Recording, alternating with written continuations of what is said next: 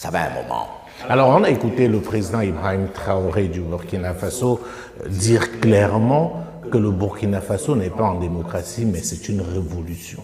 Et effectivement, pour dire qu'il faut sortir de ce schéma parce que c'est le temps de la refondation. Il faut remettre des bases solides avant de repartir parce que peut-être pour mettre de l'eau à ton vin, on a l'impression que les gens ont oublié l'histoire. Les transitions rapides, on en a connues en Afrique. Ça n'a pas empêché des coups d'État, ça n'a pas empêché des morts et tout. Est-ce que, selon toi, pour une fois, il faudrait que ces coups d'État aient été les derniers? Parce que ce serait ça, en fait. Moi, je n'entre pas dans les batailles de coups d'État, dernier, premier, etc. Je pense que celui qui fait juste l'effort voit ce qui s'est passé en Amérique latine à une période de notre histoire ou en Asie à une période de notre histoire. Je pense qu'on est trop enfermé dans des cadres avec des mots qui sont bien, ça sonne bien à la télévision, etc. Et on se repart le soir tranquillement chez soi en sachant qu'on n'est pas menacé. Ceux qui disent ça sont loin des terrains des conflits. Ceux qui disent ça sont loin de la réalité de tous les jours. Je pense que ce qui est urgent dans nos pays, c'est de donner à manger, à boire, de soigner les gens.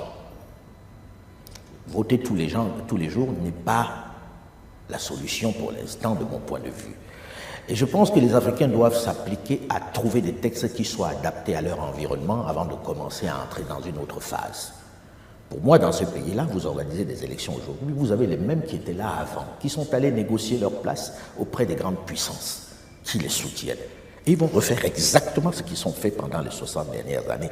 Asseyons-nous, discutons, faisons des textes, comme l'ont fait les Chinois. Ils sont les premiers aujourd'hui, on peut dire ce qu'on veut, ils sont les premiers aujourd'hui. Leur problème n'était pas qui a voté, qui n'a pas voté. Et je ne pense pas que la situation des Chinois soit plus mauvaise que celle des Africains où il y a la démocratie.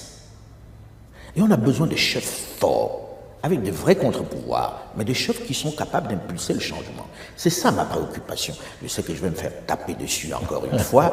Je commence à Est-ce que c'est vraiment quelque chose qui te préoccupe? Non, parce qu'aujourd'hui, je pense que j'ai atteint un âge où je peux dire ce que je pense et dormir le soir en disant « au moins j'ai dit ça ».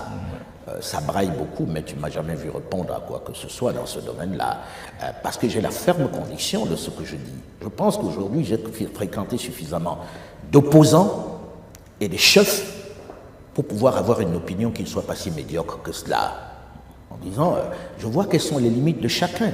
J'ai vu des gens qui étaient dans l'opposition, qui sont arrivés aux affaires, et quand on a discuté en off, ils se disent, Alain, c'est beaucoup plus complexe que ça. Et je dis, mais tu disais pas ça avant. Il te met devant la réalité et ça te calme. Notre problème, Jules, on peut peindre ça en blanc, en noir, en rouge.